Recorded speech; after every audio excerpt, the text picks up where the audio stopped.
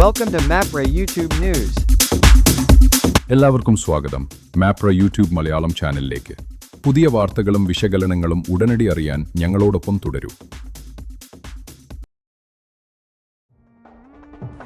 40 വർഷത്തെ പ്രണയത്തിനൊടുവിൽ മക്കൾ മുൻകൈയെടുത്ത് രശ്മിക്കും ജയപ്രകാശിനും വിവാഹം.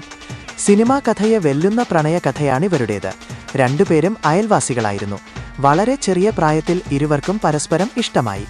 പക്ഷേ അന്നത്തെ ജീവിത സാഹചര്യങ്ങൾ കാരണം ഇവർക്ക് ഒന്നിക്കാൻ സാധിച്ചിരുന്നില്ല. ഇരുവരും വെവ്വേറെ വിവാഹം കഴിച്ച് അവരവരുടെ ജീവിതം തുടങ്ങി. എന്നാൽ ആ ജീവിതത്തിൽ ഒരു ഘട്ടം എത്തിയപ്പോൾ രണ്ടുപേരും ഒറ്റയ്ക്കായി. ജയപ്രകാശിന് 2 ആൺമക്കളും രശ്മിക്ക് 2 പെൺകുട്ടികളുമാണുള്ളത്. മക്കളായി, മരുമക്കളായി, കൊച്ചുമക്കളുമായി. അവരെല്ലാവരും അവരുടെ ജീവിതത്തിലേക്ക് കടന്നപ്പോൾ ഒറ്റയ്ക്കായത് രശ്മിയും ജയപ്രകാശമായിരുന്നു. എന്നാൽ വിധി ഇരുവർക്കുമായി ഒരു പുതുജീവിതം ഒരുക്കിവെച്ചു.